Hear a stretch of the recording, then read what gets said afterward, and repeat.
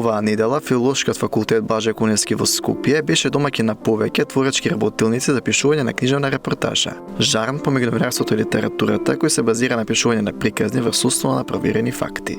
Со гости од Полска кои помагаат на студентите и сите влюбеници во пишувањето кои присуствуваат нови работилници. Филолошкиот факултет деновиве беше место на размена на искуства и место каде што се ткаат нови интересни приказни инспирирани од вистински настани. Книжевната репортажа е жанр кој што е на границата помеѓу новинарството, новинарската репортажа и уметничката литература. Тоа значи дека книжевната репортажа ја пишуваат репортери кои што зборуваат за вистинска случка или се инспирирани од некој настан или случување, меѓутоа тие факти, вистините до кои што дошле со истражување, ги раскажуваат со наратив на книжевен роман. Би рекла дека најголем представник, да речам, на книжевната репортажа е полската книжевна репортажа, бидејќи по Втората светска војна посебно се истакнува во однос на пишување на фејтони за земји, за историја на далечни земји или поблиски, за да се запознаат луѓето со, да речеме, со светот.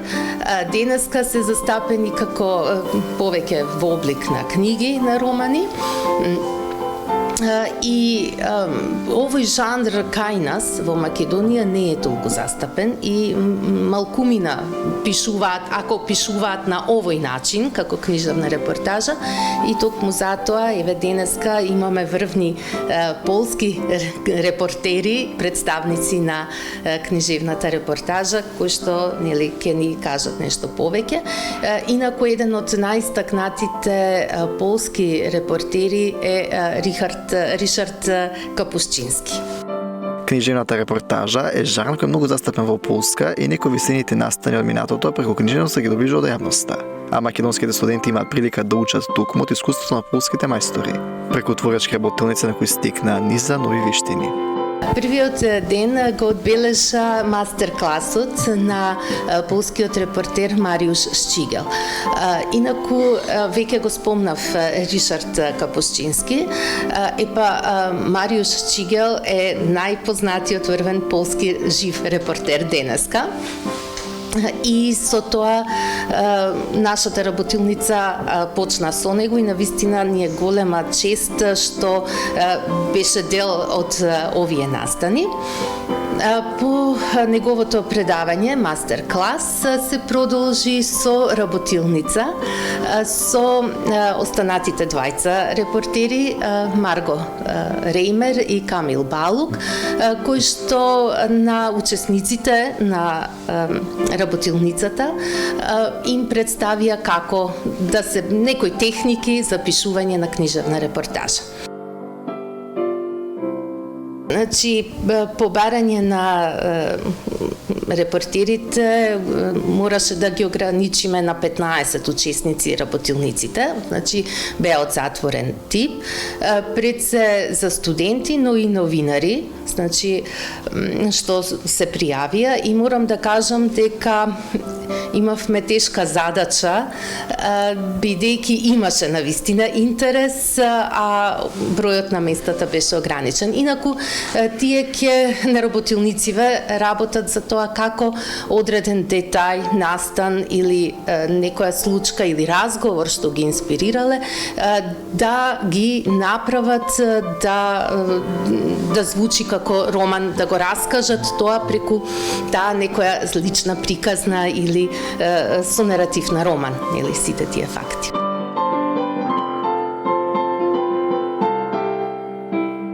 Во рамките на работилниците и на овие настани го искористивме присуството на репортерите Марго Реймер и Камил Балук да направиме промоција на нивните книги преведени на македонски, значи книжевни репортажи.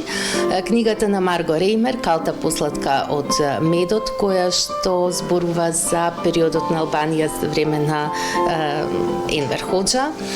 Исто и книгата Сите деца на Луи од Камил Балук, која што зборува за една афера во Холандија.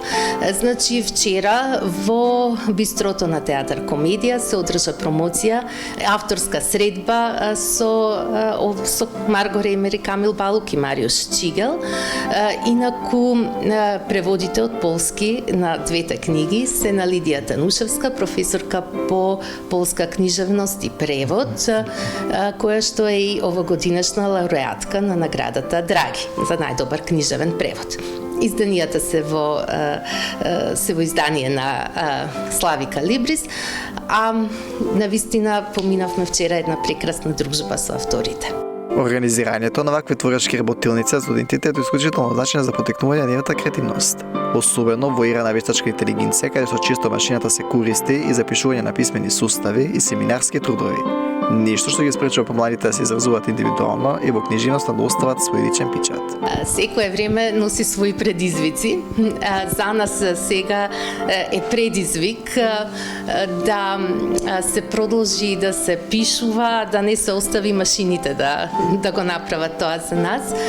Секако дека сметам дека една машина не може да го генерира личното искуство, личното доживување на авторот, каде што тој треба да остави некаква трага за тоа што го доживува и сака да пишува, и токму заради тоа сметам дека се важни овие работилници за да може да се продолжи да се пишува во време кога е тоа најмногу потребно.